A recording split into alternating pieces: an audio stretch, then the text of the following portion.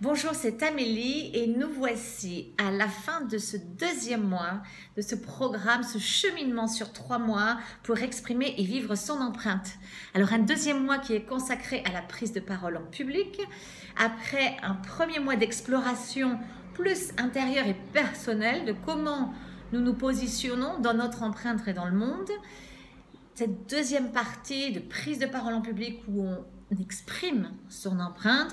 On a regardé l'elevator pitch, non, qui répond à cette question un peu qu'est-ce que vous faites? Donc on a plus regardé le faire humain, mais on a aussi vu que lorsqu'on répond à cette question qu'est-ce que vous faites, c'est aussi l'opportunité d'amener qui nous sommes et c'est ce qui va faire aussi la petite différence, la valeur ajoutée de notre pitch.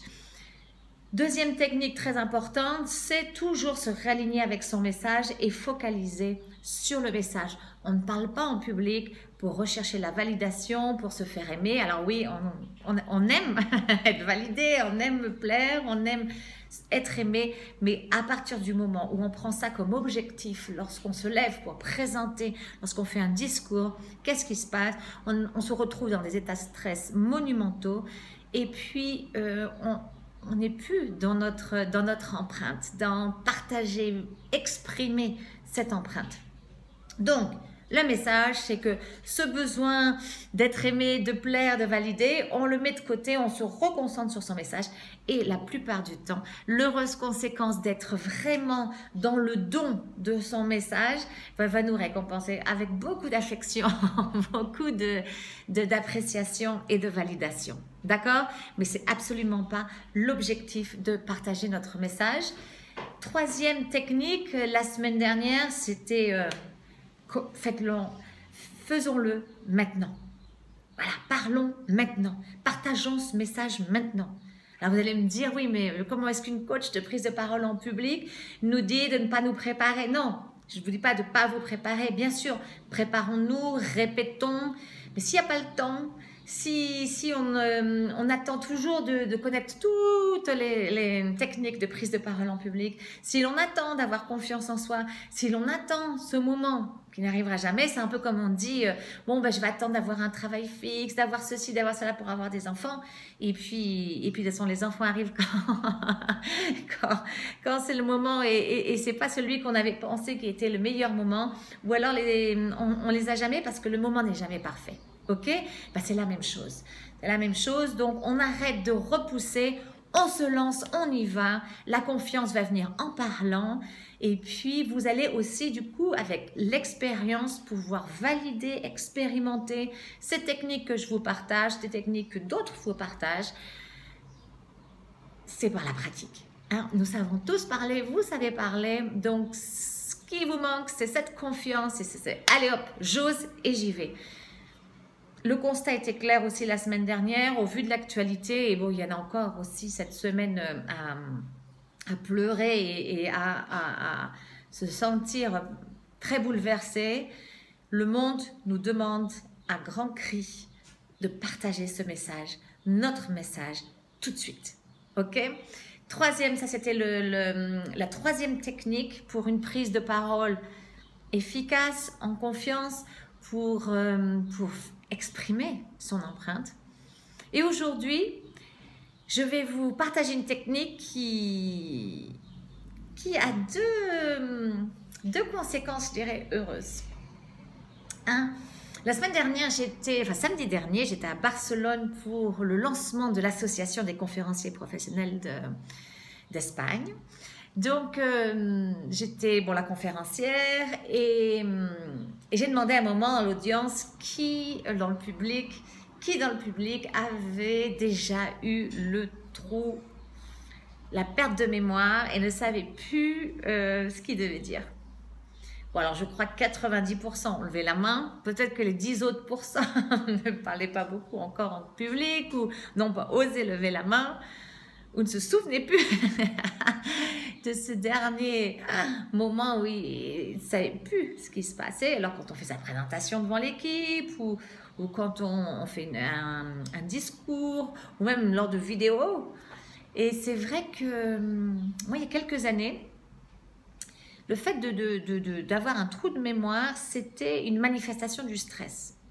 Et donc, la psychologie humaine est ainsi faite. Quand j'ai trouvé la solution, le remède au trou de mémoire, ben, qu'est-ce qui s'est passé? Je n'en ai plus, puisque quelque part, ma psychologie savait que ça n'allait plus marcher pour me faire stresser, puisque j'avais le remède. Donc, une des conséquences heureuses de cette technique que je vais vous présenter, c'est qu'effectivement, ça va être un petit peu notre veste de survie quand on a un trou de mémoire.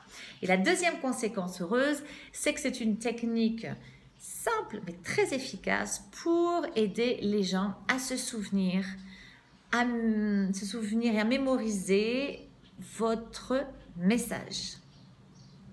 Alors, quelle est cette technique? Eh bien, elle se résume très simplement à un chiffre. 3.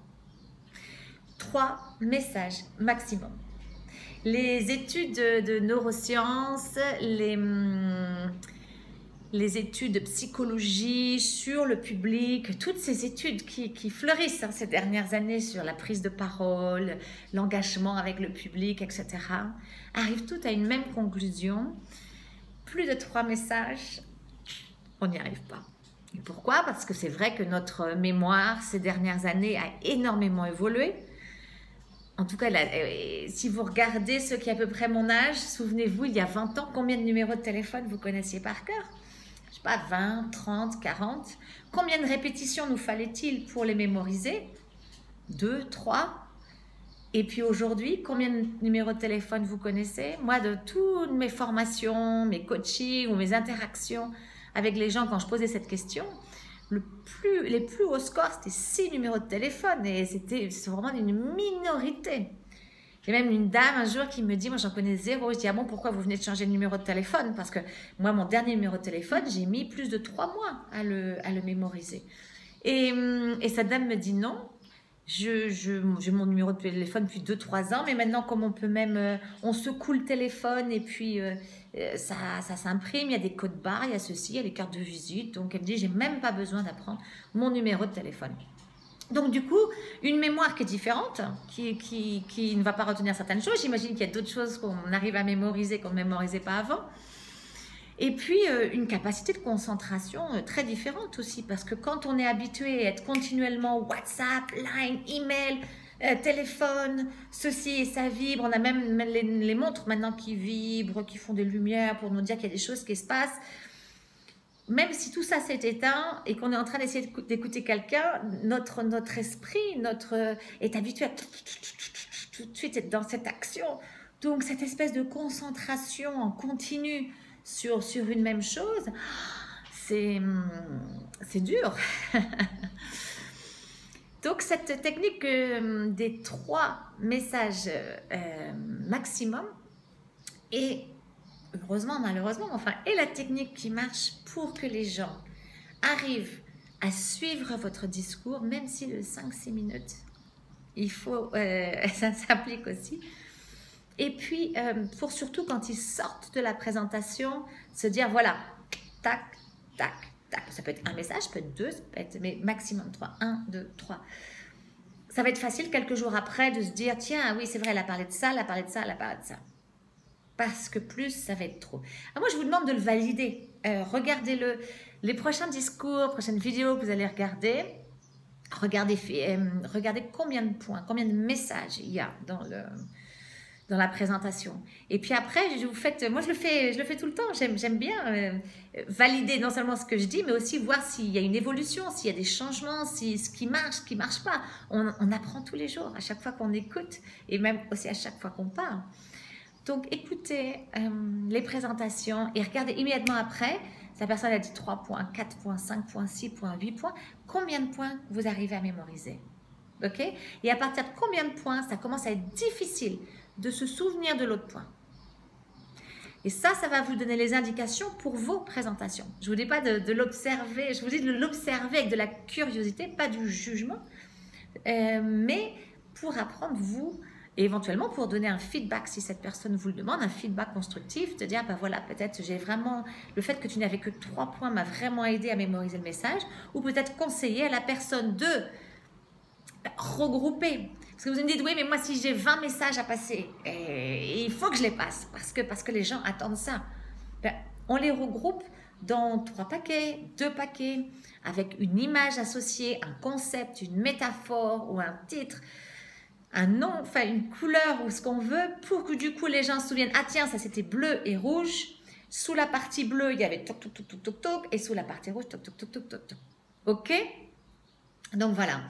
Mon invitation, c'est d'être donc dans l'observation et la curiosité de ce que vous allez entendre, voir comment vous fonctionnez comme public. Ça va vous apprendre énormément sur la façon dont vous voulez présenter et exprimer votre empreinte pour que votre message passe avec la force dont vous avez envie. Et puis, pratiquez-vous. Votre prochaine présentation, prenez... Alors, ça prend un peu plus de temps au début. Définissez clairement quels sont les 3 messages avec lesquels je veux que mon public parte avant la fin de la session. Et vous allez voir que ça va être beaucoup plus facile aussi pour choisir le contenu de votre présentation, de votre discours, de vos diapositives, etc. Et puis surtout, ça va aider que votre public parte avec une